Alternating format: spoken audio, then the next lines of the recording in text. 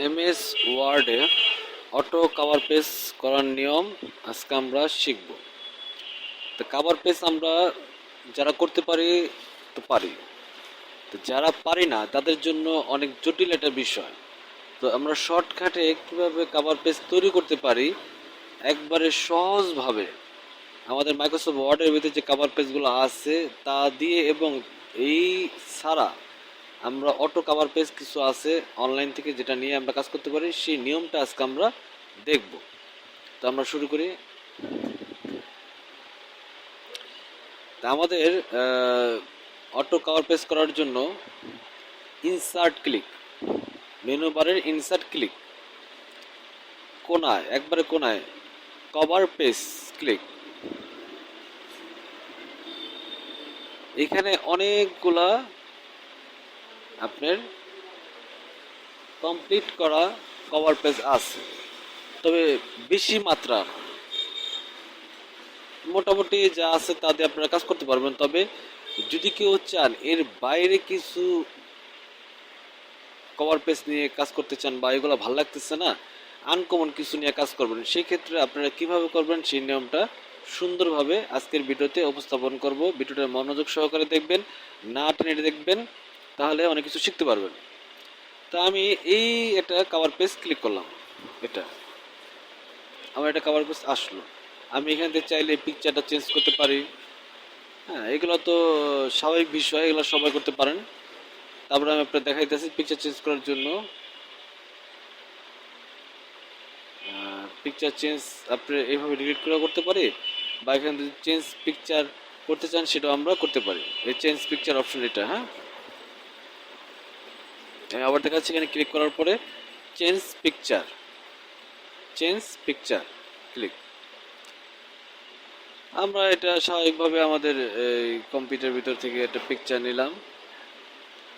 এটা আমি বোঝার স্বার্থে দেখাইতেছি। হ্যাঁ, পিকচারটা চেঞ্জ হয়ে গেল। তো এখানে আমরা এই লেখাটা চেঞ্জ করতে পারি, ইয়ার 2023 এরকম দিতে পারি, এখানে টাইটেল দিতে পারি। হ্যাঁ, তারপরে এখানে আমরা আমাদের এইগুলো লিখতে পারি, ডকুমেন্ট যা যা দরকার, কোম্পানির নাম, এগুলো আমরা লিখতে পারি।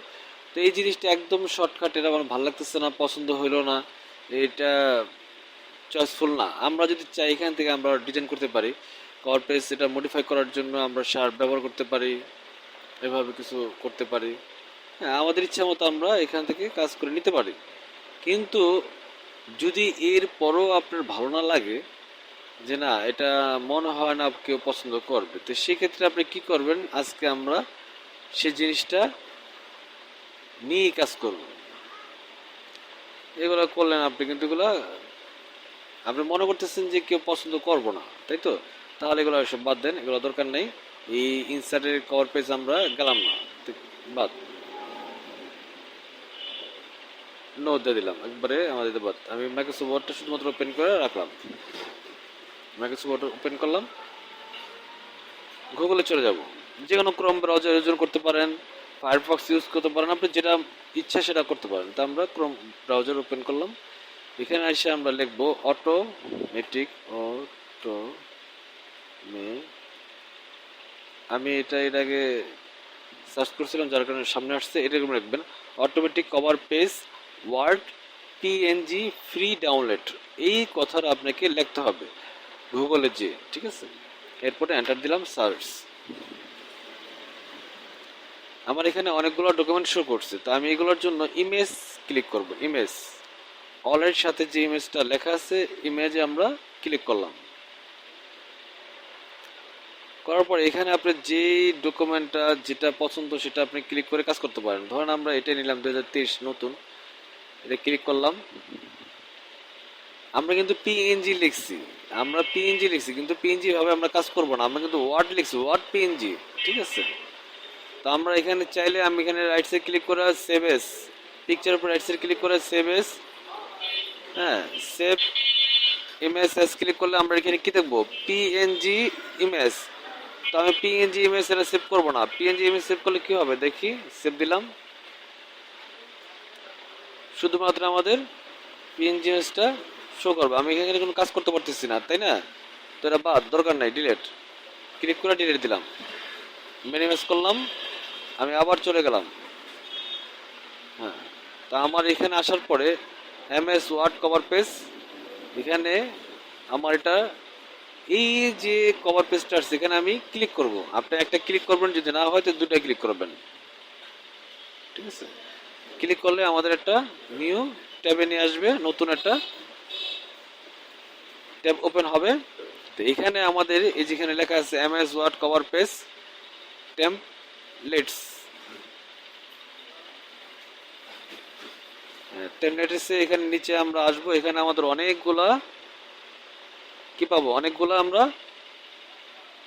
কভার পেজ পাবো। এখানে অনেকগুলো কভার পেজের মধ্যে আমরা এই কভার পেজটা চয়েস করছিলাম, তো এটা আমরা ডাউনলোড করলে এখানে ডাউনলোড হবে। দেখেন কি লেখা আছে এখানে, ওয়ার্ড ডক্স 2007, এটা সাইজ দেওয়া আছে, সম্পূর্ণ এটা ফ্রি, আপনি এটা ডাউনলোড করতে পারেন। এগুলো অনেকগুলো আছে, এখানে অনেক আছে, অনেক আছে।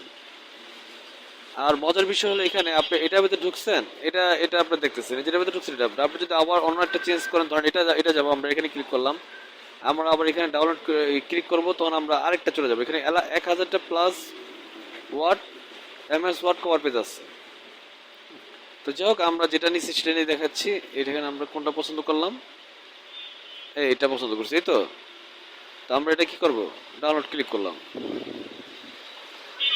ডাউনলোড হচ্ছে। আর মজার বিষয় হলো এটা জিপ ফাইল সহ ডাউনলোড হবে, ঠিক আছে? পুরো ফাইলটাই আপনার ডাউনলোড হচ্ছে। ডাউনলোড হয়ে গেছে, আমরা এটা এখন কি করব, ওপেন করে আমরা দেখব কিভাবে কাজ করতে হয়। আর জিপ ফাইল ওপেন করা, জিপ ফাইল তৈরি করার নিয়ম আমরা এর আগে দেখাইছি, আমাদের ভিডিওতে আছে। আপনারা চাইলে আমার চ্যানেলে ঘুরে এই জিপ ফাইল করার নিয়ম এবং জিপ ফাইল করার ওপেন করার নিয়ম সম্পূর্ণটা দেখতে পারবেন। তো রাইট সাইড ক্লিক করলাম, এক্সিট অল, এক্সটার্টে ক্লিক করার পরে কাজ শেষ। এই তো এটা ওপেন হয়েছে, এই তো ডাবল, এটা ওপেন হলো কোথায়, এই যেটা ডাবল ক্লিক করলাম, এই যে কভার পেজ, এখানে ডাবল ক্লিক করলাম,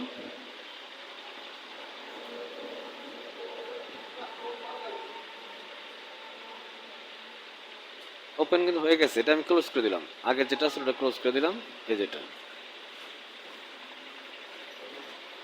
এখন আপনি চাইলে কি কাজ করতে পারবেন, তাই তো? এখানে আপনি ক্লিক করতে কাজ করতে পারবেন। এখানে আপনি চাইলে 2002 লেখেন, 2005 লেখেন, যা লিখতে লিখতে পারবেন। এখানে আপনি সম্পূর্ণগুলো কি কাজ করতে পারবেন। অ্যানুয়াল লেখা আছে, রিপোর্ট লেখা আছে, যা ইচ্ছা তাই আপনি চেঞ্জ করতে পারবেন, যেহেতু এটা ডাক্তারের একটা প্যাড, তাই তো? অ্যানুয়াল রিপোর্ট, বার্ষিক রিপোর্ট, ডাক্তারের প্যাডে এরকম হয় আর কি। যাই হোক, আপনারা যেভাবে করতে চান সেভাবে করতে পারবেন। এখানে সম্পূর্ণটা কি চেঞ্জ করতে পারবেন। তো আজকে ছিল এই আমাদের কভার পেজ তৈরি করার নিয়ম।